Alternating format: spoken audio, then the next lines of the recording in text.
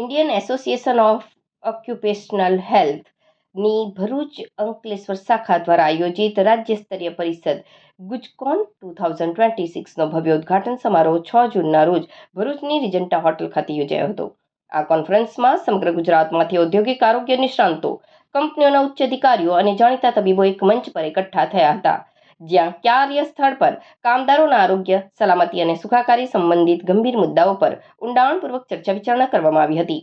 પરિષદના ઉદ્ઘાટન સમારોહમાં દેશ અને રાજ્યના પ્રતિષ્ઠિત મહાનુભાવોએ હાજરી આપીને કાર્યક્રમની ગરિમા વધારી હતી, જેમાં મુખ્યત્વે doctor Bhavesh Modi, director ICMR NIOH, doctor R Rajesh, group medical health, Reliance Industries, doctor Hitesh Singhal, રાષ્ટ્રીય પ્રમુખ IAOH, ડોક્ટર કિશોર પરી, રાષ્ટ્રીય સચિવ IAOH, doctor Sunil Bhatt, cluster head HR GFL, doctor Sushma Patel, head medical service GNFC, doctor Yuvraj Priyadarshi, CEO Ward Wizard hospital, doctor Ketan Patel, vice president IAOH Ankleshwar Bharuch શાખા, doctor Mehul Rahevar, આયોજન સચિવ ગુજકોન 2026 સહિતના આગેવાનો હાજર રહ્યા હતા. આ પરિષદના સફળ આયોજનમાં અનેક વરિષ્ઠ ઔદ્યોગિક આરોગ્ય નિષ્ણાંતોએ આયોજન સમિતિના સભ્ય તરીકે પડદા પાછળ રહીને મહત્વપૂર્ણ યોગદાન આપ્યું છે.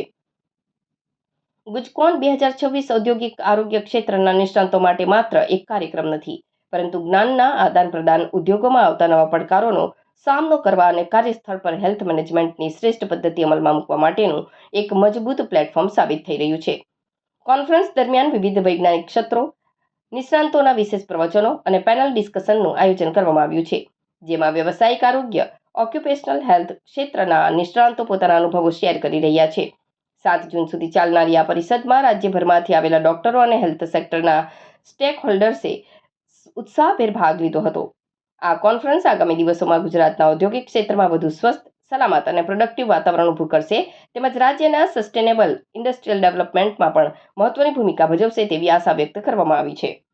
Toxicology is again a very interesting science when it comes to the industrial point of view. We are having a lots many things, toxicology science of a very different poisons, and important thing for me as an toxicologist is to act on time, because many times what like the first few hours are very critical.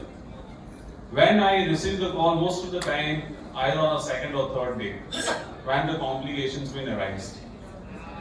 So I just would like to ask you, all the people that were gathering here, we have to be act on time.